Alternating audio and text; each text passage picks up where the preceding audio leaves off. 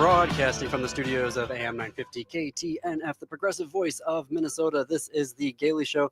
I'm your host, JP Derapagosian. Today it is Thinking Clearly, Thinking Queerly, where we sit down with a guest for the bulk of the episode to help us think more clearly on the major issues of the day facing the queer and allied community, rather. After that, I continue my Queer in the Cosmos essay series. We're talking about gay liberation movements, and even better, how they have fought back, rather, against fascist governments, Soviet dictatorships, and even liberal democracies. And lucky for us, we have the person who literally wrote the book on this. Today's guest is Dr. Samuel Clues-Hunicke. He is an award-winning historian of modern Europe and associate professor of history at George Mason University. His first book, States of Liberation: Gay Men Between Dictatorship and Democracy in Cold War Germany, examines gay persecution and liberation in Germany from the Weimar Republic through the Nazi government, the Soviet dictatorship of East Germany, and the Western liberal democracy of West Germany. The book won the David Barclay Book Prize from the German Studies Association and the 2022 Charles E. Smith Award from the European History section of the Southern Historical Association. Floating Opera Press published his newest book, A Queer Theory of State, which is equally fascinating. It asks the question of what role the state or government should play in undoing oppression in our lives, and queer theory's role in that. That's kind of an oversimplistic summary, so Dr. Hunicke, please forgive me of that. And I'm just going to say at the outset, we're probably going to have you back because I have questions for you, but welcome to The Gailey Show. Thanks for having me. I'm looking forward to this. Okay, well, let's start with paragraph 175, because that's basically a character in its own right throughout your book. So can you tell us what it is and how it came into effect? Yes, so essentially this is the statute of the German Penal Code. It's on the books for well over a century that criminalizes male homosexuality in various forms. So it's first introduced when Germany is unified in 1871. That's when Germany becomes a nation state. The German Empire is created. As part of that, a new penal code is introduced, and paragraph 175 is essentially adopted wholesale from the old Prussian criminal code. Now, this law in its original formulation only penalized penetrative sex between men. And this was significant because it made it fairly difficult to actually prosecute cases of sodomy. You actually had to have someone show up in court and say that penetration had taken place. Either they had been penetrated or penetrated someone or been witness to it, which obviously is sort of difficult. And so you don't actually, it certainly is enforced. You have hundreds of people convicted under it every year after it's introduced, but it doesn't sort of rise to the level of persecution that we then see later under the Nazis. When the Nazis come to power, they are, of course, a fascist movement. They're deeply hostile to homosexuality, to queerness. And in 1935, 2 years after seizing power, they reform paragraph 175, and they make two important changes to it. The first is that they make it much easier to win convictions by essentially saying that any act that can be deemed homosexual in nature is now criminalized. So you no longer have to prove that penetration had taken place. The other is that they add new and harsher penalties for a sort of select set of homosexual activities, including male prostitution and the so-called seduction of youth. And this relates to a long-standing myth about how homosexuality arises in society, essentially that you don't have quote unquote natural homosexuals, that all gay people are the production of seduction in their youth, that an older person sort of seduced them into homosexuality. After the war, East and West Germany go two very different ways on this law.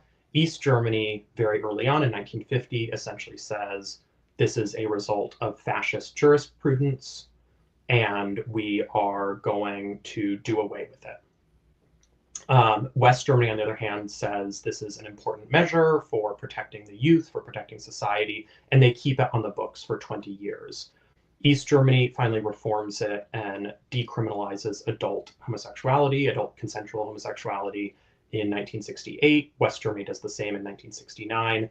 However, the law does stay on the books in West Germany essentially as an age of consent law until 1994, when it is finally abolished and the sort of homosexual age of consent is wrapped in with the heterosexual age of consent. Oh, wow. Okay, so That was let's a lot. go back. No, that was, oh my gosh, that was fantastic. But let's rewind a little bit to the Weimar Republic. So this is Yes. after World War One. It is a democracy republic. This is before the Nazis took over. Was it the gayest place on the planet at the time in the 1920s and early 30s? Wow. It certainly has that reputation. I Yes. think by many metrics, yes. And I think that it sort of gets at a problem of what we mean when we talk about something being the gayest place or when we talk about the history of homosexuality. If we're talking about gay identity and gay politics in the way that we mean it today in the 21st century, then almost certainly yes. Now, does that mean that more men were having sex with other men in the Weimar Republic or women with women? Probably not. Probably it's equal to anywhere else on the planet. But what makes Weimar so kind of queer friendly is, first of all, that even in the imperial era, even in that period between 1871 and the end of World War I in 1918, you have this burgeoning queer subculture. And a big reason for this is that the police, especially in Berlin, were actually kind of tolerant of queer locales. So bars and parties that catered to sort of queer and trans clientele. Hmm. And the reason for this is that they actually saw blackmail as a bigger problem for crime than um, than homosexuality or sodomy. So you already have that. And then because paragraph 175 is on the books, you also have a burgeoning homosexual rights movement that gets its start in the 1890s. This is the first sort of queer rights movement in modern history. And so all of that continues into the Weimar era. You have Magnus Hirschfeld, who's this famous sexologist and rights campaigner. He founds a new institute for sexual sciences that becomes a major hub for queer and trans life and science and healthcare. Some of the very early sort of gender affirming surgeries and gender affirming care takes place in the context of that institute. Um, Hirschfeld was famous both for campaigning for homosexual rights, but also for trans rights. He actually is the person who coins the term transvestite, which is, of course, now a derogatory term. Then it was not seen as a derogatory term. Some of the first trans political organizations get their start. You also have publications catering to gay, trans, and lesbian readers. Hmm. And so it's this quite, raucous time in terms of the subculture, in terms of a political movement being created. At the same time, paragraph 175 is still on the books. There is still harassment and stigma that these people face. And so a lot of historians, most prominently Laurie Marhofer, who is a historian at the University of Washington who really specializes in this, has argued that it's more of a kind of balance between liberalization and liberation and ongoing sort of stigma and persecution. Shout out to Dr. Marhofer, who's going to be on the Gailey Show here in a few weeks, folks. So stay tuned. Um, Folks may not have picked up on this on the logo for the Gailey Show, but I deliberately included two graphical elements specific to historical periods that I feel like we need to learn more from. The pink triangle, specific to the Nazis and the concentration camps, is one of them, and the sun graphic is a motif used in the 80s, which is a period rich in understanding how to organize and resist authoritarian actions, even within democratic governments. Can you, because I do want to get into West and East Germany, but briefly, can you talk about how the Nazis really ramped up paragraph 175 and everything that they then did more broadly? I know that could be a whole conversation in and of itself, but I know it's interesting to people as we're dealing with sort of this neo-fascist movement happening right now. So can you talk about that sort of transition from the Weimar Republic to the Mhm. Third Reich? Absolutely. And just to plug my own work, I'm also about to publish a new book on queer women in Nazi Germany. So this is very much what I've been Yeah. thinking about. So essentially, you have at the transition point of 1933, when the Nazis take power and Hitler is named chancellor, you actually have a lot of ambivalence among a lot of queer people about what fascism will bring. There's a sort of myth or an idea at the time that maybe the Nazis won't be so bad for queer people. And the reason is that one of the leaders is of the Nazi Party is Ernst Röhm, who's the head of Mm. the stormtroopers of the SA. And he is essentially a more or less openly gay man. He was outed by the center-left Social Democratic Party the year before in what sort of a scandal that that party hoped would lose the Nazis' votes. Hmm. Uh, Again, to shout out to Dr. Marhofer, um, his work has shown that, in fact, it did not lose the Nazis' votes. But there's this sort of idea that maybe they won't be so bad. Maybe they're actually kind of covertly gay friendly, and that's a myth that has, been propagated again and again since the Second World War. That is very quickly revealed to not be the case. Ernst Röhm is murdered the following year in essentially an internal party purge that has come to be known as the Night of Long Knives. Hmm. This really marks the ascendance of Heinrich Himmler, who's the head of the Schutzstaffel, the sort of opposing paramilitary group to the SA. And he is incredibly homophobic. I mean, we know that Himmler, even as a young man, had all these preoccupations about quote unquote degeneracy and homosexuality and prostitution.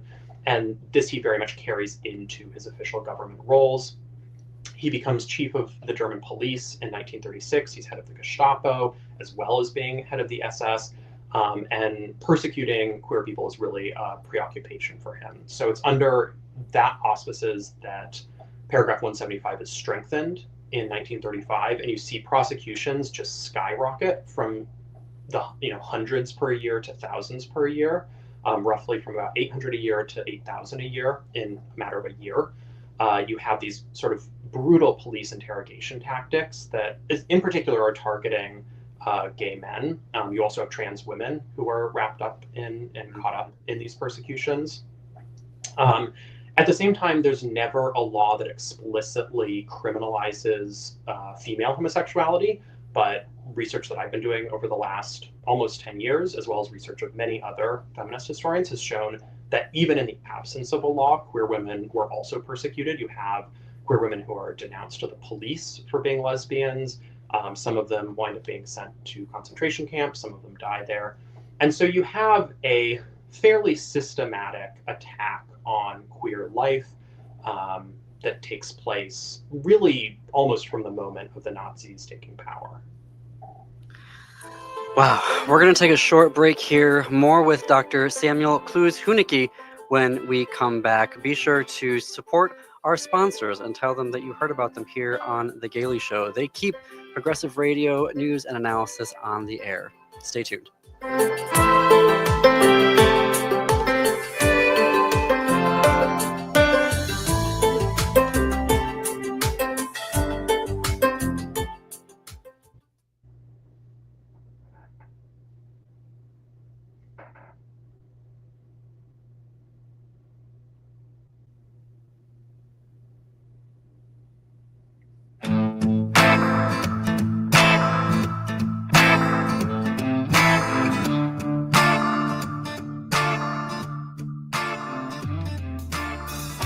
Welcome back to The Gailey Show. I'm JP Darabagosian. It is 21 minutes past the hour.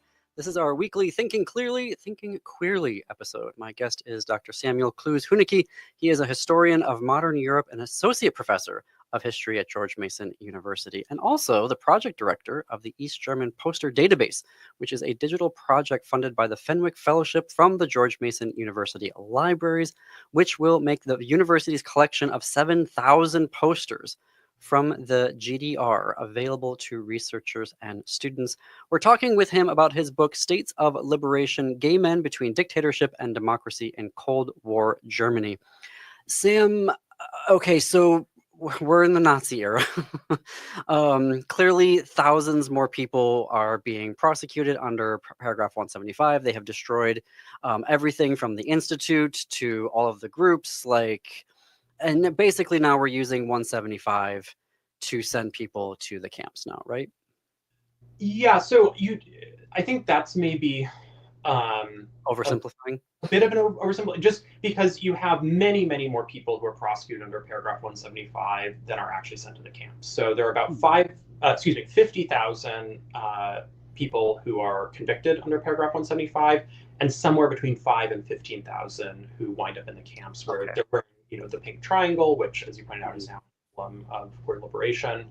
And so essentially in the Nazi era, you have a kind of the normal administration of justice, quote, normal in scare quotes, that continues, where you have prosecutors and judges and the criminal police, and they're kind of going about their business in a way that's fairly similar to how it works in other modern states.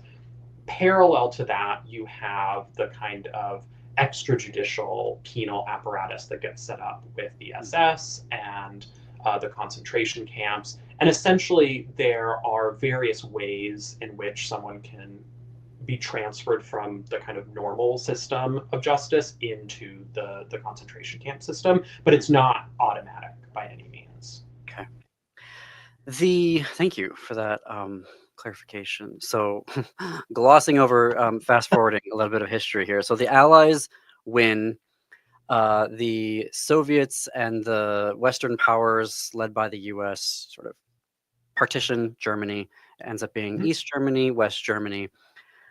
There's now a period of, which I didn't know about, you write in your book, denazification of the legal penal codes. But both of them go about it, both being East Germany and West Germany, take very different approaches to denazification, as it relates to paragraph 175. So can you walk us through that? Yeah, absolutely. So essentially, initially after Nazi Germany's defeated, the four Allied powers, the USSR on the one hand, and France, Britain, and the US on the other hand, they collaborate with what should happen to Germany. There's an Allied Control Council that's set up, which essentially has sovereign authority over Germany. And initially, they pursue a quite ambitious denazification. One of the first things they do is they look at the laws and they say, here are the most egregious fascist laws that were kind of core to what the Nazis were trying to do. Those are immediately stripped out of the law books. So the most famous of these are the Nuremberg codes that essentially defined Jews as not being German citizens and kind of was a legal precursor to the Holocaust. That's gotten rid of. The Allied powers, however, when it comes to paragraph 175, essentially throw up their hands and say, we don't want to touch this. We're not going to make a decision. We're not going to say whether or not this is kind of essentially fascist jurisprudence or lawmaking. And so that means that East and West Germany, which both come into being in 1949, are left free to decide what they want to do with it. Now, East Germany, which has very aggressively characterized itself as an anti-fascist communist state, their Supreme Court essentially takes one look at paragraph 175 and says, this is obviously fascist lawmaking. It is now null and void, and we are returning to the Weimar era version of paragraph 175, which, as I mentioned, was much harder to get convictions under. In West Germany, there are lots of legal challenges to paragraph 175, but essentially they go nowhere. And then finally, the West German Constitutional Court in 1957 says it is absurd to think that this is fascist lawmaking. This has nothing to do with the Nazis, even though they were the ones who introduced the law. And so it is going to remain on the books. And that's why you have such a discrepancy in terms of the number of people convicted under the law. We don't have excellent statistics for East Germany, but we know in West Germany, over 50,000 men are convicted under the law in 20 years. And that per capita, for the couple of years where we do have good East German statistics, it's about there are about 5 times as many men per capita convicted in West Germany as in East Germany. Now, that's not to say that there is no stigma or harassment in East Germany. There certainly is. The kind of flavor of state socialism that arises in East Germany is incredibly patriarchal. It's incredibly masculine. It's very interested, despite its kind of gender equality rhetoric, in encouraging women to marry and have families. And so you have similar levels of stigma and harassment in sort of the societies of both Germanys, but the legal situation as a result of denazification is very different. There was something that I didn't know about in West Germany, which was the re-Nazification? Yes. I mean, so that's not an official term, right? You know, Konrad Adenauer, who's the first chancellor of West Germany, is not going around talking about the renazification of the German government. This is a term that later historians have applied to what's going on.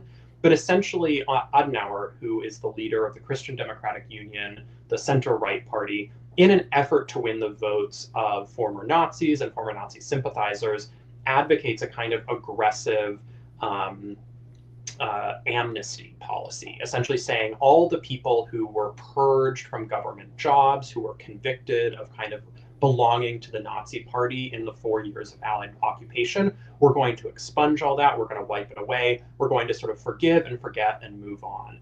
And he does that. There are various amnesty laws that are passed, and one of the most sort of infamous ones is a measure that allows former civil servants to either reclaim their pensions or to actually reclaim their jobs. And so a lot of prosecutors and judges who had been active in the Nazi period are able to reclaim their jobs in the early 1950s.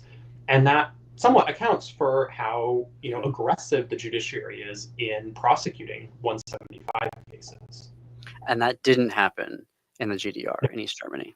No, and to begin with, the East German government and the Soviets are much more aggressive about denazification. They prosecute many more people for having essentially collaborated with the Nazis, both in absolute terms and per capita, than the Western occupation zones had. And essentially this arises because the Western powers, halfway through the occupation period, become much more concerned about fighting communism than dealing with fascist crimes.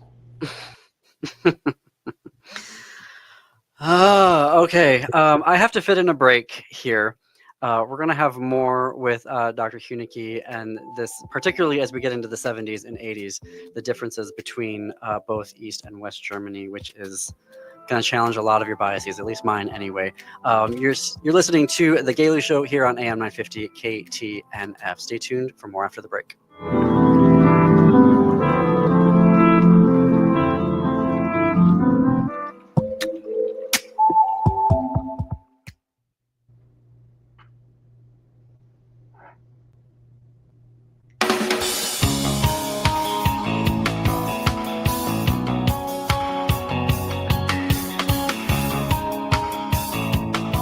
Coming to you from the studios of AM 950 KTNF, the progressive voice of Minnesota, this is The Gailey Show. I'm your host, JP Derbragosian.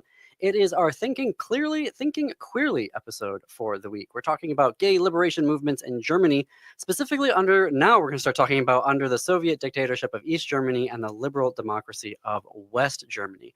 Our guest is Dr. Samuel Huneke, who literally wrote the book on this. It's called States of Liberation: Gay Men Between Dictatorship and Democracy in Cold War Germany. He is an award-winning historian of modern Europe and associate professor of history at George Mason University.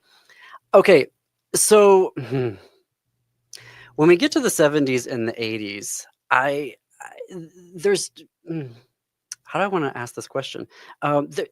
I had a bias, I guess I want to say, towards West Germany going into reading your book. And I say this as an Armenian American, right? So with family who got trapped behind the Iron Curtain. And so we just grew up in this idea that whatever was happening in the Soviet Republic was bad. There was no freedom. Everything was terrible. The end, period. There we go. So when you started talking about the things that were happening in, that there was a subculture that was emerging in West Germany, I immediately began to recognize those things. But then at the same time, you're talking about, well, paragraph 175 was still aggressive. The laws were aggressive. And there were times when you were describing East Germany where I was like, maybe it would have been better over in East Germany. So can you unpack the duality that's happening there between both countries? Because I think ultimately you make the argument that one isn't necessarily better than the other one, and maybe I'm overstating that, but can you break down the two different sort of cultures and phenomena that were happening there? Yeah, I mean, I think what it really boils down to is that you have a state structure in West Germany that's still quite conservative, that is quite paranoid. There's this sort of Cold War fear about how gay people, in particular gay men, are cliquish, they're conspiratorial, they seduce young people, and so they pose a threat to both the social fabric and to the stability of the state. And can I jump in there? Yeah. This idea of gay clique. So you introduced it early on, I think I don't know if it was in the Weimar, but definitely with the Nazis, this idea of the gay clique. Yeah. And at first I laughed because I was like, oh, I haven't thought of club culture and stuff. But what is this idea of gay clique and why was it so pervasive over multiple governments? It sounds insane to us today, right? But essentially, this is this idea that gay men, in particular, but all queer people, they are inherently secretive, in part from belonging to this subculture created by the law. They're able to recognize each other. They are drawn to each other, and if they're in positions of authority, like in the government or the military, they're going to prioritize each other. They're going to elevate each other, hire each other into positions. And that eventually this will create a kind of conspiracy that threatens the stability of these institutions.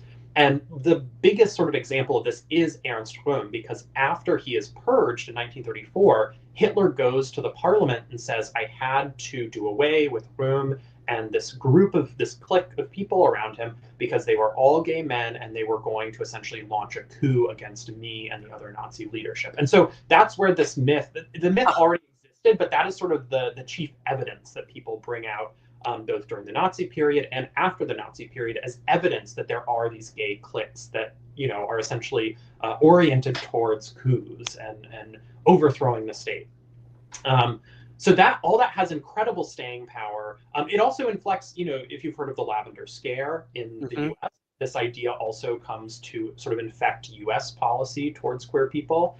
In East Germany, though, they kind of dismiss this. They say this is a relic of the fascist past. We have no anxiety about this. We have achieved gender equality. There are no kind of male only or male dominated government institutions, which is, of course, ridiculous. There are, but they essentially dismiss this ideology of the gay clique. They do still have concerns in East Germany about the so-called seduction of youth, and they maintain some of those laws. But essentially, you have this bifurcation where in West Germany you have a conservative state with conservative laws, but you have this kind of consumer capitalist society, and that creates opportunities for queer people to open bars, to start independent organizations, to start magazines and periodicals that cater to these interests. And by the 1970s, after paragraph 175 has been done away with, all those really flourish and come into their own, and you have a kind of new radical gay liberation movement on the ground. In East Germany, you have the inverse, where you have, in a lot of ways, at least legally speaking, a more progressive state, right, that buys into these kind of socialist ideals. And socialism had always had a very ambivalent view of homosexuality, in some ways progressive, in some ways quite dismissive, that we can talk about more either now or another time. But essentially you have this more progressive lawmaking, but a socialist society in which there are fewer opportunities for people to take those kinds of initiatives on their own. And this really becomes very clear by the 1980s, where in West Germany you have a conservative government that has not made any progress, legally speaking, but you have this really rich queer subculture. And in East Germany, where the communist dictatorship actually starts promulgating all these incredibly progressive pieces of legislation, including allowing queer people into the military, equalizing the age of consent, welcoming queer patients into this extensive network of sex and marriage counseling centers, and I could go on and on. But you don't have the same kind of rich social environment that you have in the West. And so that exactly the point I'm trying to make is that these are two very different flavors of what we might imagine sexual liberation or gay liberation to look like. And we can't really argue that one is better or worse than the other.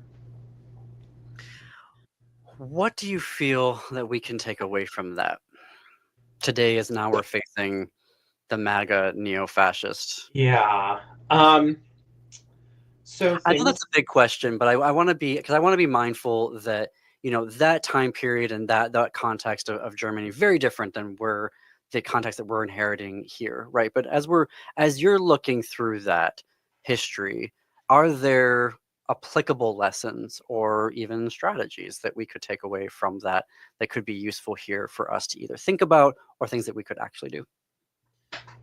oh, so I think one of the places my mind goes immediately is the comparison with Weimar, where I think in many ways, legally speaking, socially speaking, we are in a much better place than queer people were in the 1920s. But that said, our queer politics in the sort of 20 teens and early 2020s sort of resembles that in Weimar, where you have this kind of respectability politics. You kind of have a lowest common denominator focus on basic rights. And oftentimes more marginalized people, in our case, whether that is working class people, trans people, people of color, are kind of left behind in the drive for, marriage in the military, as it was for a long time. And I think when we look at the transition to the Nazi period, those more privileged people, queer people, were oftentimes able to kind of retreat into their own sphere of domesticity and ride out the 12 years. We have plenty of examples of both queer women and queer men who were able to survive the Nazi years essentially by keeping their heads down and not doing anything. Um, I think to me the lesson, and I think though that means, there was not kind of cross community solidarity, that the Nazis did effectively break any of those ties that might have existed in the Weimar period. And so I think one of the kind of lessons is to not allow that to happen in the second Trump presidency, despite what I think conservatives very intentionally are trying to do. If you look at the State Department travel website, where they changed the page, and I haven't looked recently, but so maybe it's changed again. But they had taken what had been, I believe, the LGBTQIA plus travel tips page on the State Department and turned it into the LGB travel site. And so I think there's a very intentional strategy to try and fragment the queer community and the queer kind of political coalition, and peel off certain groups for the kind of Republican project. I think that one of the obvious lessons is, of course, that no matter how good things get, they can always get worse again. And we're kind of living through that. But I think then ultimately, especially from the East German case, where you do have queer activists working under a very oppressive dictatorship, single party dictatorship, is that even in these incredibly bleak circumstances, activists and activism can really still make a real difference. And so I think there's also a lesson there not to lose hope, as scary as this particular moment is. Yeah. I mean, there's so much that I see. I don't know how to do, because we talk a lot about fascism now. We have Trump's, former generals and staff members going, yeah, like the dude's a fascist, or he's at least at the very least, a fascist sympathizer. And so I think that trying to think through this moment, and obviously the Soviet dictatorship was anti-fascist, but then a dictatorship, right, in its own right. And I think that is depressing to have to think about, living under very similar things, but it's happening. And I think where my question is going to your point about that solidarity bit, I feel like after the catastrophe in November, a lot of ideas of solidarity got blown up by how Mm-hmm. the votes broke down. Like we saw the queer community in exit polls, like 86% of them, of the queer community, were like, no, we're voting for the Harris Walls ticket.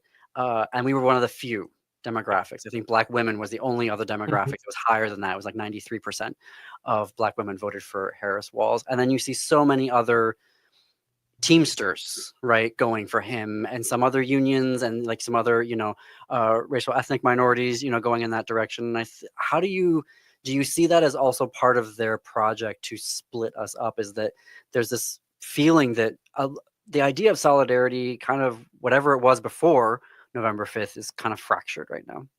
Yeah, I think that's right. And I think it also, to my mind, it doesn't reflect the strength of the Republicans or of Trump. Because it was a fairly close election. I mean, the Mhm. Republicans won, but not by the landslide that they often claim.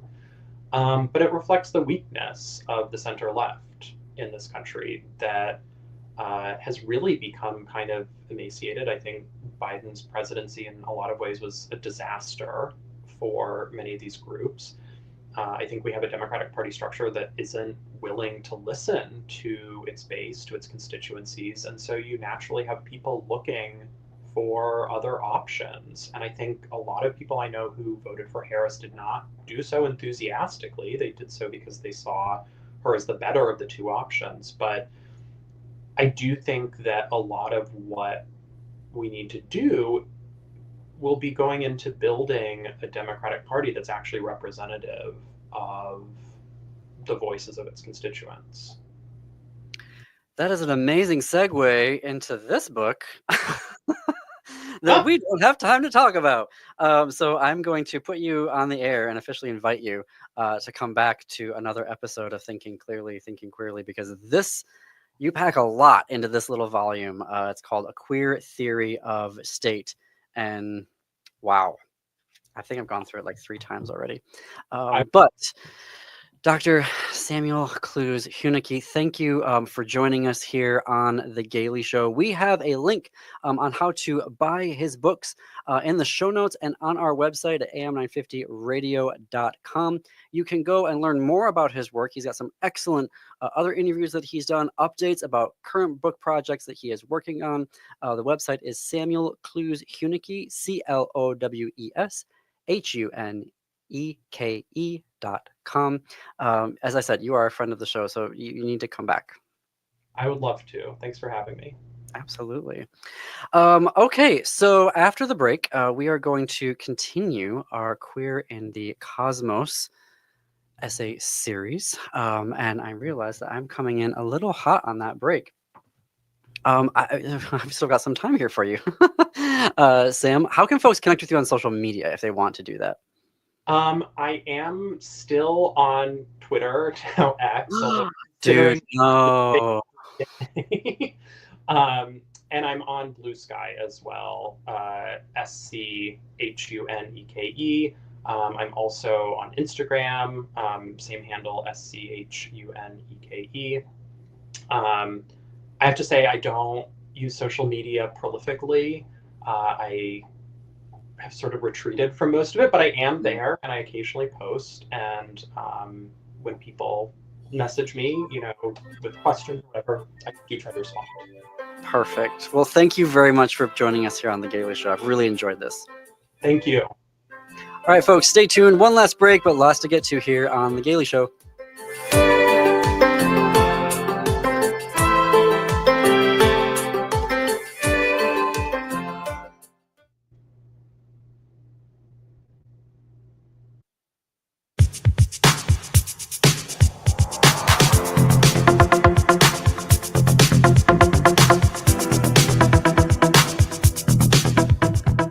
Welcome back to The Gailey Show. I'm JP D'Arbriosi.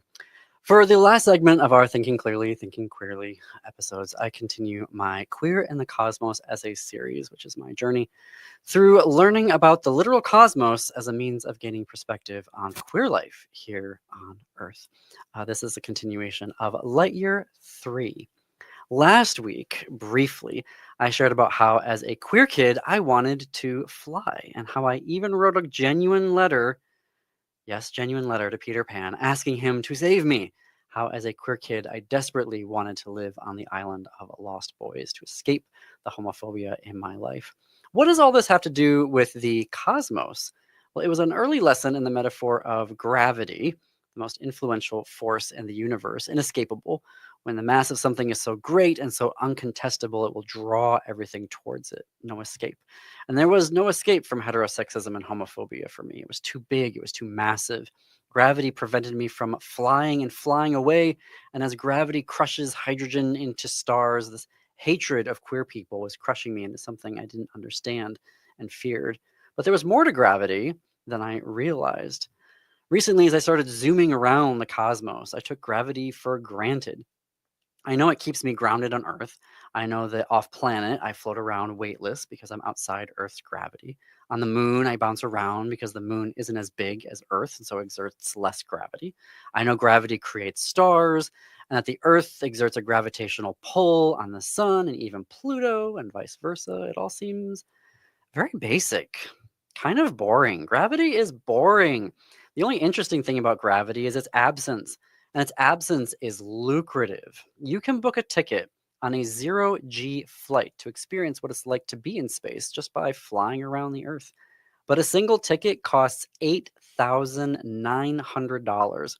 You can spend $116,000 for a private section for you and 13 of your friends, or go all in, spend $249,000 plus tax to book the entire plane just for yourself.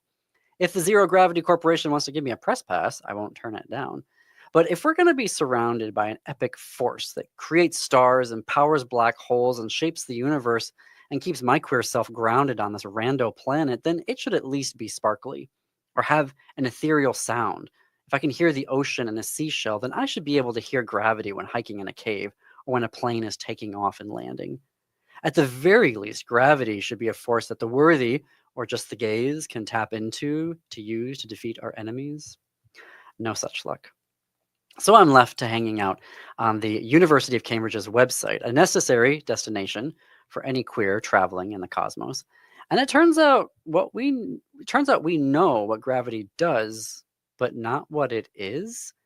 Or as they read on the website, although it was the first force to be described mathematically by Isaac Newton in 1687, we still don't know how it really works. There are 4 forces in the universe: the electromagnetic force, the strong force, the weak force, and gravity. Yes, those are the names. We are in desperate need of more poets in science. 3 of those forces have fun things called bosons. So each of these forces have their own bosons, and tiny particles of matter exchange the bosons with each other to create those forces. The strong force has a gluon. The electromagnetic force has a photon. The weak force has the W and Z bosons. Again, poets needed. But gravity, no such boson. It has a name, graviton, but physicists haven't found it yet. Last year, physicists at Princeton and Columbia, with a team made from other research universities, found something that isn't a graviton, but their experiment found something that has been theorized to exist within a graviton. Exciting. This graviton and gravity itself is at the heart of a major question in physics, the major problem, really. Figuring out gravity will bring together our understanding of a universe that is tens of billions of light years in every direction with quantum mechanics, the laws governing all those atomic particles inside of us. A theory of everything, as they call it. And isn't that just like a problem I'm used to? Trying to bring together my understanding of the hundreds of millions of homophobic people on this rando planet with the liberation governing my own atomic queer life.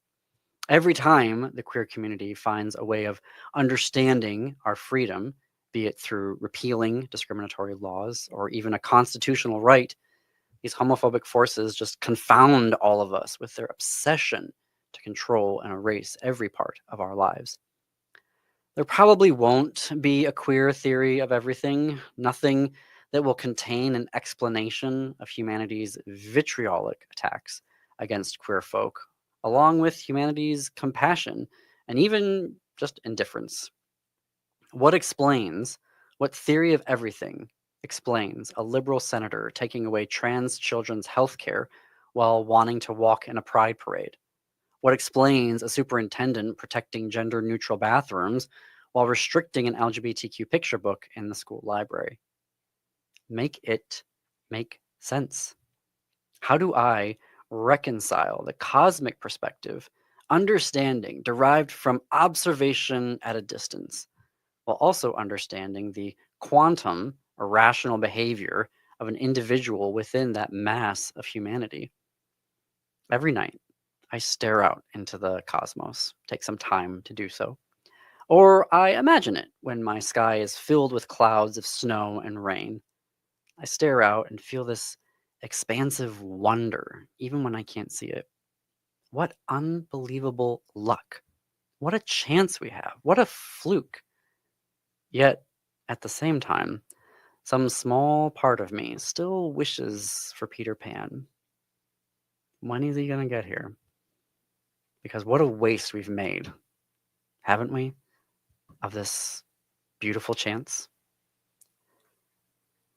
We will continue Queer in the Cosmos next week. Tomorrow, we have a very special episode of our Culture and Entertainment Fridays. Bello Miguel Cipriani, previous guest from Thinking Queerly, returns. Bello is a professor, writing adjunct at Metro State University. And so for Valentine's Day, he is going to be here with some of his students who are going to be reading their poetry they've been working on in his class. How perfect is that for the Gaily Show to wrap up your Friday? So thank you all for being here today. Stay tuned for the Matt McNeil Show, which comes up next. After that, Native Roots Radio. Have a great afternoon, everyone.